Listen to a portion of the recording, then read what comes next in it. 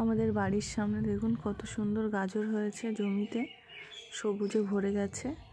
মা সকালবেলা উঠেই রান্না শুরু করে দিয়েছে। এখানে করছে উচ্ছে ভাজা আর একটা ঘন্ট হবে, পালং শাক, শিম, মটরশুঁটি, আলু, বেগুন দিয়ে, আর তার মধ্যে থাকবে চিংড়ি মাছ।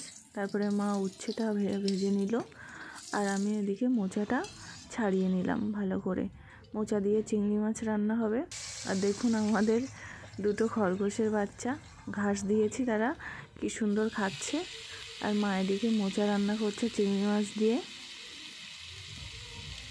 কারণ আজকে রান্না হচ্ছে এত কিছু। আবার আছে মুগ ডাল। আজকে আমার দুটো ভাই এসছে ছোট ছোট, ওই জন্য।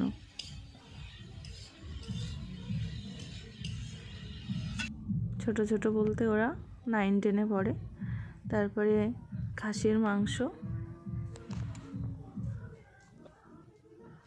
বাবার বাড়ির থেকে আসলে বুঝতে পারছেন কতটাই আনন্দ হয় একটা মেয়ের।